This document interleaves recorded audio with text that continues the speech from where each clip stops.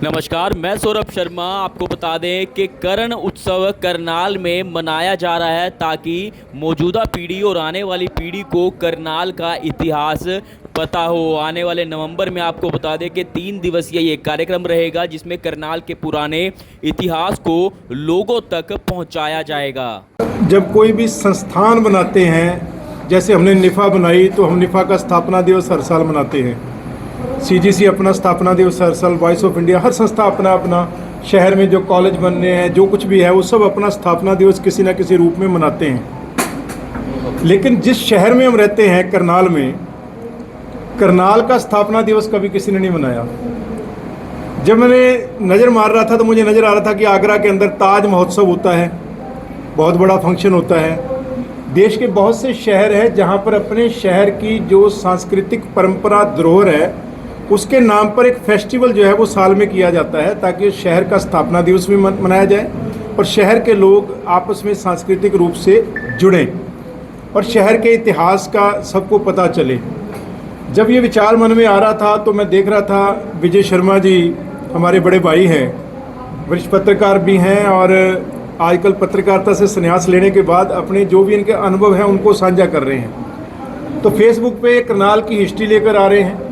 उसमें से ऐसी हिस्ट्री है जो शायद बहुत से लोगों को नहीं, 90% लोगों को नहीं पता होगा कि करनाल के साथ इस हिस्ट्री का भी किसी प्रकार से जुड़ाव रहा है। तो मन में ये विचार आ रहा था कि करनाल का इतना महान इतिहास है, इतना रिच कल्चर है, इतनी धरोहर यहाँ पर जगह जगह पर, चप्पे चप्पे पर है, लेकिन आगामी पीढ़ी को तो हमने क्या देना है। हमारी वर्तमान जो पीढ़ी है उसको भी अपने शहर के इतिहास के बारे में नहीं पता।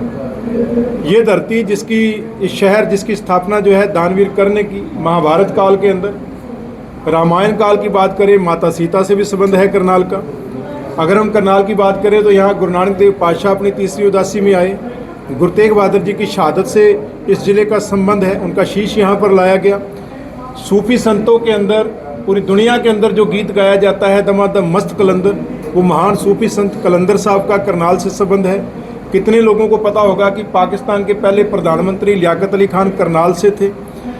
पृथ्वीराज चौहान का किला, जरासंध का किला, यानी करनाल के चप्पे चप्पे पर जो है ना वो इतिहास है। वो इतिहास जो है अगली पीढ़ी तक तो हमने क्या लेके जाना है, जो मौजूदा पीढ़ी है उस तक भी वो इतिहास जो है नहीं ले जाया जा सका।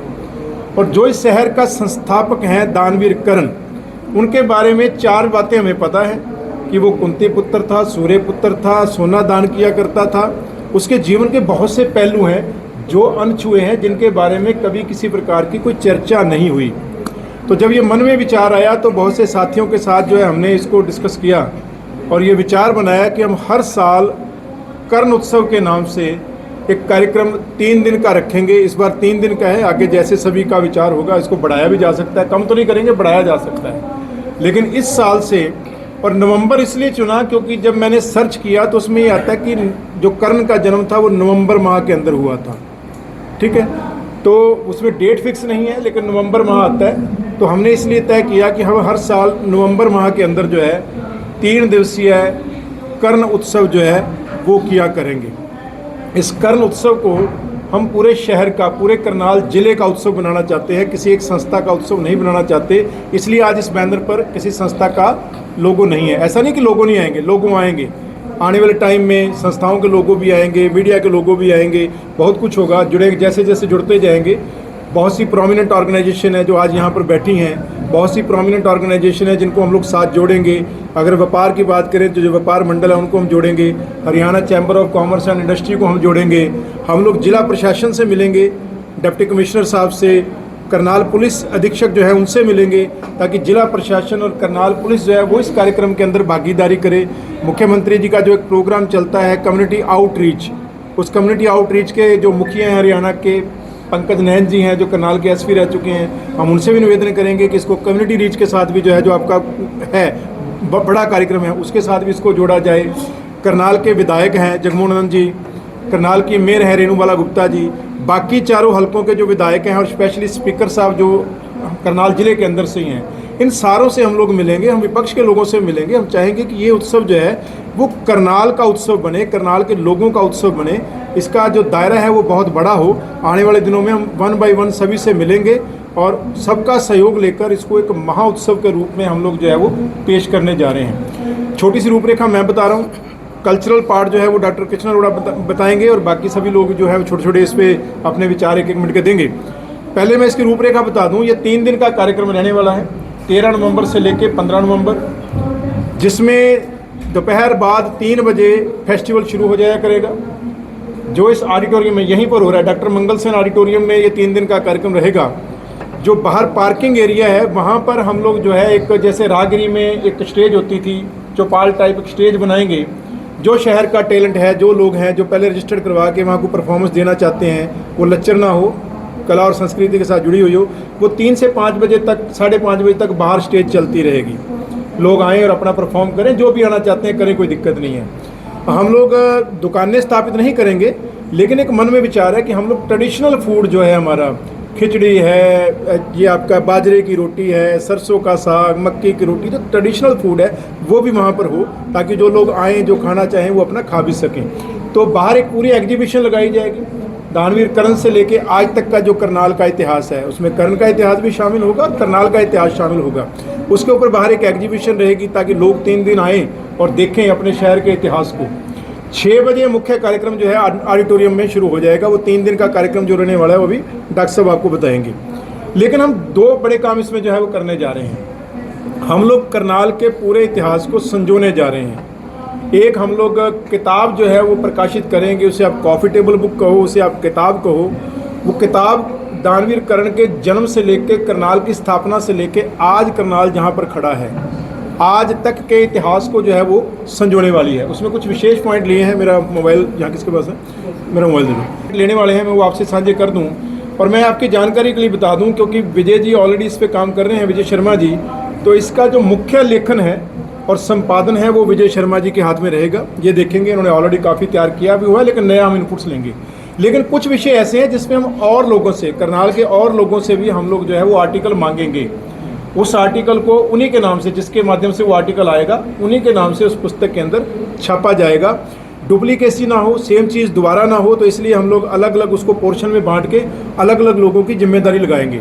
करनाल का आम नागरिक करनाल के इतिहास से जुड़ी कोई घटना जो ऑथेंटिक हो, किसी के पास कोई ऐतिहासिक चित्र हो, कोई ऐसा दस्तावेज हो जो उस किताब का हिस्सा होना चाहिए, वो हमसे साझी कर सकता है। हमने जो इसमें कुछ पॉइंट बनाए हैं कि दानवीर कर्ण का इतिहास, प्राचीन करनाल का जो क्षेत्र था, क्योंकि करनाल छोटा नहीं था, आज करनाल जिला छोटा है, पानीपत इसका हिस्सा था, कैथल इसका हिस्सा था, कुरुक्षेत्र इसका हिस्सा था, तो प्राचीन करनाल जो है वो कितना बड़ा था, तो वो प्राचीन पूरा करनाल का पूरा जो है नक्शा, वो सारा जो है इस पुस्तक के अंदर आए। करनाल से जुड़े हुए जितने भी ऐतिहासिक पक्ष हैं वो सारे आए। और ब्रिटिश करनाल में करनाल कैसा था, करनाल की उस ब्रिटिश जो स्वाधीनता संग्राम आंदोलन था उसमें क्या भूमिका रही, क्या क्या जो है सफरिंग उस समय रही, वो सारा इसके अंदर हो।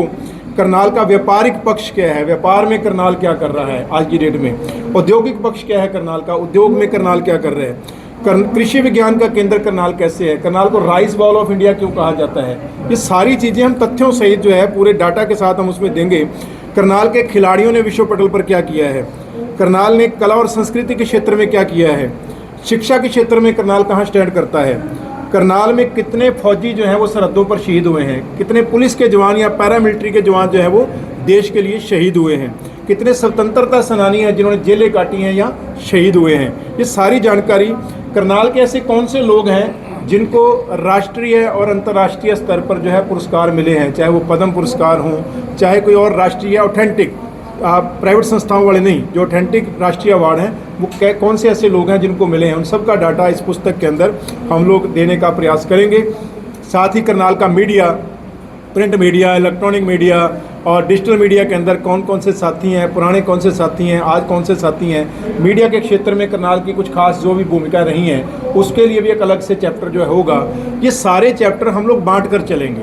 हर एक चैप्टर के लिए जो उससे जुड़ा हुआ संबंध है, जो शिक्षा जगत से जुड़े साथी हैं उनको शिक्षा जगत की जिम्मेदारी, जो खेल से जुड़े उनको खेल जगत की, तो डिफरेंट जिम्मेदारियां लगाई जाएंगी कि इसके ऊपर आपने रिसर्च करके, किताबों से मैटर उठा के नहीं छापना, रिसर्च करके वो चीज़ें सामने आए जो करनाल के लोगों को पता होनी चाहिए और जिसका उनको पता नहीं है।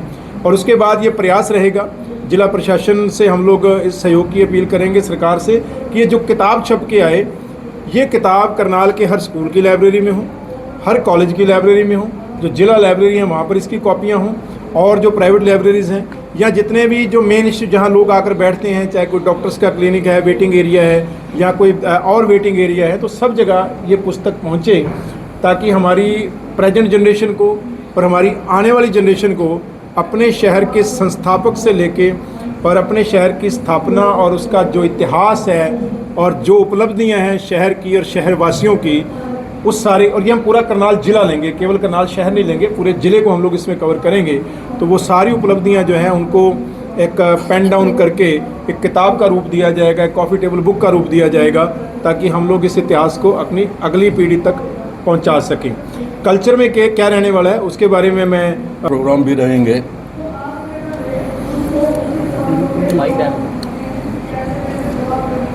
कल्चर प्रोग्राम रहेंगे जिसमें पहले दिन 13 तारीख को डांस का फोक डांसेस भी होंगे उसमें, और अन्य जो विधाएं हैं डांस की वो 13 तारीख को रहने वाली हैं। 14 तारीख को नाटक का प्रोग्राम रहेगा थिएटर का, जिसमें रवि मोहन जी हैं, हमारे बहुत अच्छे आर्टिस्ट हैं। करण के ऊपर एक बहुत बड़ा प्ले है, एक और कौनते, वो उस दिन प्रेजेंटेशन होगी उसकी। और 15 तारीख को टोटल जो है वो म्यूज़िक का प्रोग्राम रहने वाला है, जिसकी तैयारी हम शुरू कर देंगे अभी से। लेकिन जैसे पन्नू जी ने बताया कि 3 से 5 बाहर मंच रहेगा। एक करनाल की पहचान हो गई, क्योंकि कर्ण ने अपनी सेनाओं का पड़ाव यहीं डाला था। उसके बाद करनाल का इतिहास एकदम ब्लैंक हो जाता है, कुछ पता नहीं चलता कि करनाल उसके बाद कहाँ लुप्त हो गया। लेकिन आईने अकबरी जो अकबर के समय में लिखी गई किताब है, उसमें केवल करनाल के टैक्स व्यवस्था के बारे में थोड़ा सा जिक्र आता है, इसके अलावा वो भी खामोश है करनाल पर।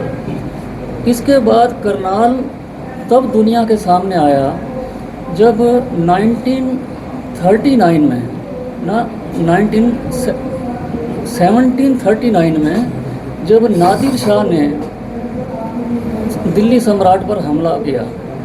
एक्चुअली वो हीरा छीनने के लिए दिल्ली सम्राट के पास कोई हिस्ट्री भारत में नहीं है, लेकिन ब्रिटिश सरकार के पास वहाँ ब्रिटिश लाइब्रेरी में है। तो मैंने उसको बहुत स्टडी किया, और वहाँ से फिर जो मिलना शुरू हुआ, और जो विदेशी यहाँ यात्री आए उन्होंने जो लिखा उसको मिलाकर एक ऑथेंटिक चीज़ जो है आपके सामने वो आएगी।